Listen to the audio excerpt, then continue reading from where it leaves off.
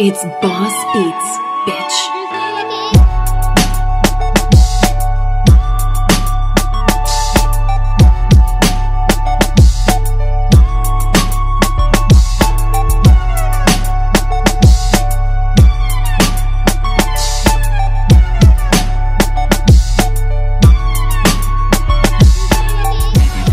Bonjour à tous, aujourd'hui je voudrais vous parler d'une technique qui s'est répandue au fil du temps en France, le jerkbaiting.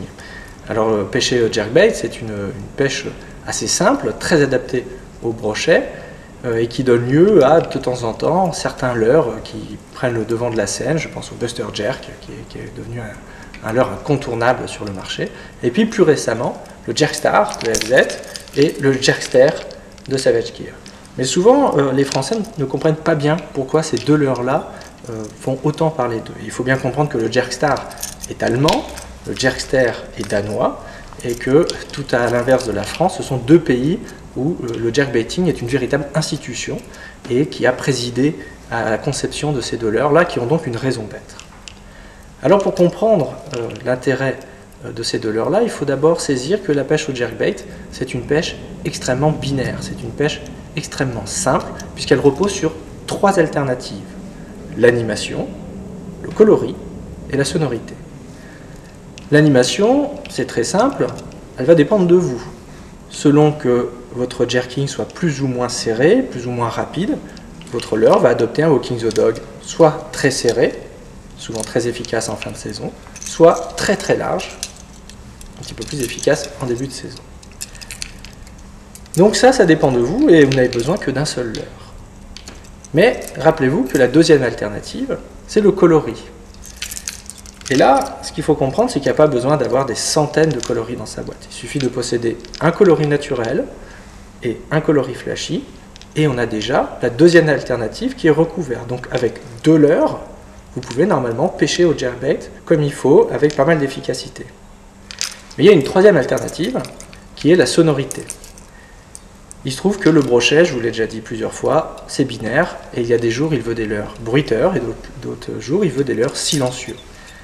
Eh bien la plupart du temps, les jerkbaits que vous trouvez dans le commerce sont chargés de billes, ils sont ratlines, et il faut des leurres silencieux. C'est ce qui explique le succès en particulier du Jerkstar de FZ, c'est que c'était un excellent jerkbait, mais surtout il est silent, ce qui fait que si vous possédez par ailleurs d'autres jerkbaits, comme par exemple des Buster Jerk, dont on parlait tout à l'heure, eh bien, il vous faudra aussi quelques Jerkstar dans votre boîte pour pouvoir pallier à la possibilité de pêcher avec des leurres silent quand les brochets ne voudront absolument pas de leurres bruiteurs. S'agissant du Jerkster, c'est quelque chose d'encore plus fin qui a présidé à sa conception. Rappelez-vous que je vous ai dit que finalement, jusqu'à présent, tant que la question de la sonorité ne s'est pas présentée, il vous suffisait de deux leurres, un naturel et un flashy.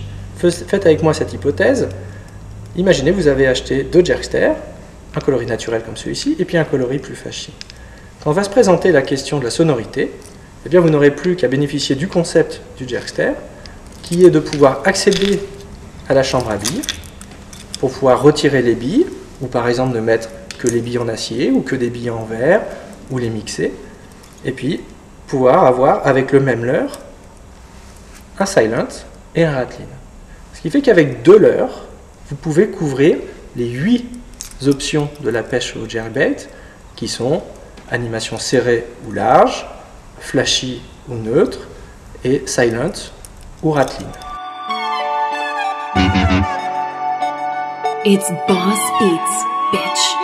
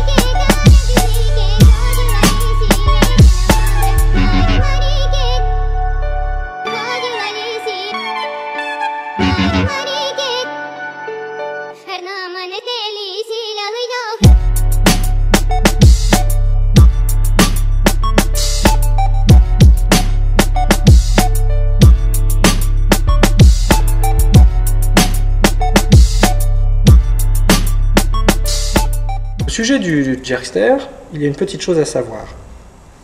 Au moment de l'achat, à l'intérieur de la chambre à billes, vous allez voir qu'il y a la jointure du leurre qui se présente jusqu'en haut à l'endroit du bouchon. Or, par ici, l'eau peut rentrer. Et le conseil que je vous donne, c'est de passer tout de suite de la cyanolite de manière à combler la jointure du leurre. Et comme ça, vous n'aurez plus de problème de prise d'eau.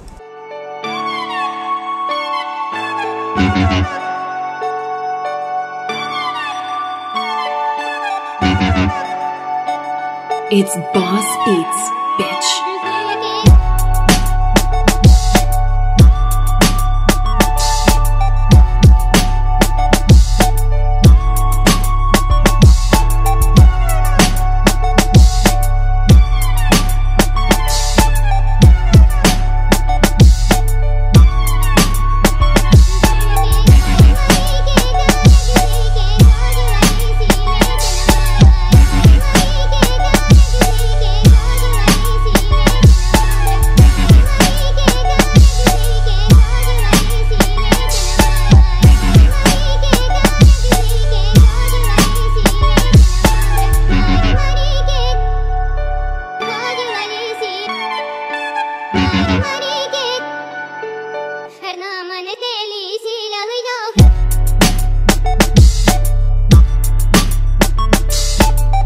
Voilà, j'espère que vous en savez un petit peu plus long sur la pêche au jerkbait et que vous avez mieux compris la raison d'être du Jerkstar d'FZ ou du Jerkster de Savage Gear.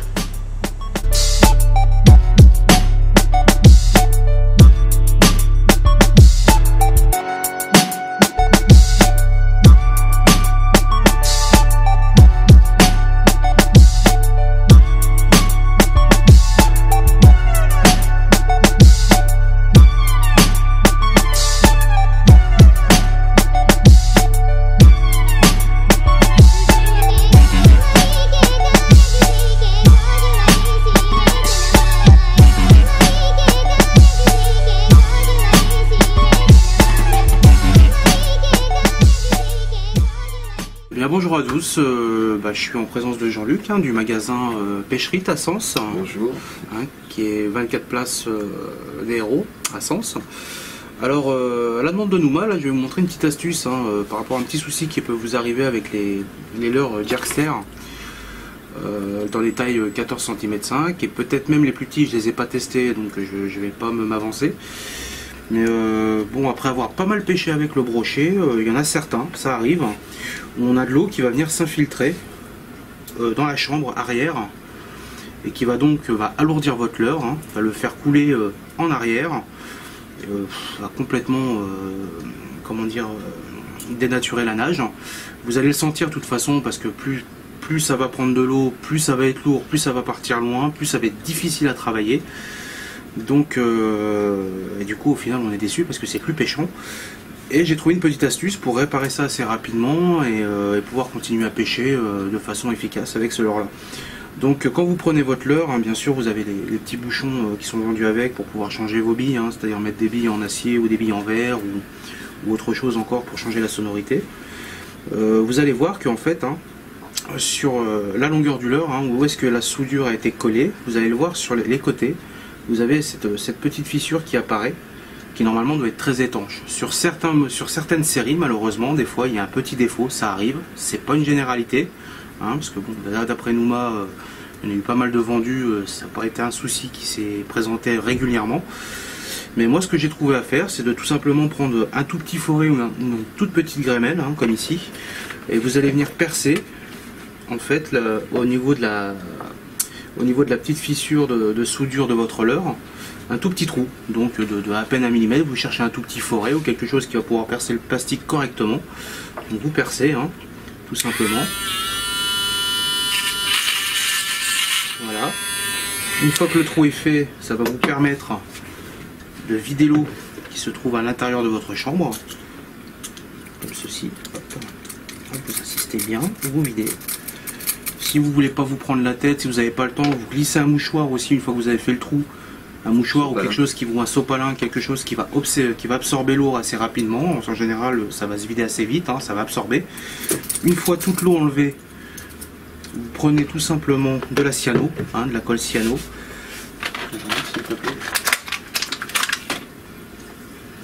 Voilà, vous prenez de la petite colle cyano. Vous venez reboucher, hein, votre trou avec cette cyano. Vous pouvez prendre aussi de la colle PVC. Moi perso, je prends de la colle PVC qu'on trouve en général pour souder les tuyaux de plomberie ou quoi que ce soit, qui en plus qui résiste assez bien à l'eau. Mais bon, la cyano fait très bien l'affaire. Ensuite, hein, vous reprenez votre petite grémelle ou quelque chose pour poncer, pour bien lisser les bords. Une fois que c'est bien bouché, bien réétanché, vous relimez bien correctement. Vous faites bien le refaites bien le tour de façon à ce que vos billes vous puissiez les re-rentrer une nouvelle fois sans que ça vienne à coincer ou bugger ou quoi que ce soit. Donc bien limer, bien polir, bien ébavurer. Merci Jean-Luc. Et ensuite vous replacez votre bouchon. Alors petite astuce aussi, votre bouchon, évitez de le mettre à sec, hein, ça peut paraître bête, mais le fait d'insérer ça à sec, ça va laisser aussi la place à l'eau à rentrer assez régulièrement dans la chambre principale, hein, celle qui normalement est faite pour les billes. Donc ce que vous faites, hein, c'est que vous humidifiez, hein, ou avec votre salive. Bon, je ne le conseille pas, c'est pas le mieux. Sinon vous prenez de la simple huile de cuisine, hein, que vous en mettez légèrement sur ce petit bouchon et que vous allez ensuite insérer. Ça va permettre de garder quand même une certaine étanchéité et d'éviter que l'eau rentre trop rapidement dans votre leurre. Si vous êtes sur le secteur de Sens, n'hésitez pas à passer voir Jean-Luc qui répondra à vos questions. Moi je suis pas très loin non plus. Bon, on a dans l'optique dans pas longtemps d'ailleurs de faire une présentation de la gamme Savage. Il a reçu une bonne commande avec beaucoup de matériel, beaucoup de leurres. Donc n'hésitez pas à le contacter. Donc son numéro de téléphone, le 03 86 65 34 63. Hein, n'hésitez pas à le contacter, à passer, à demander des renseignements. Hein, ça mange pas de pain, et puis bon, voilà quoi. Puis en même temps, ça pourra peut-être permettre qu'on se rencontre ou qu'on se croise au bord de l'eau, il n'y aura aucun souci.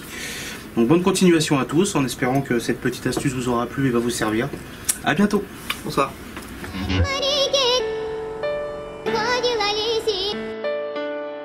Money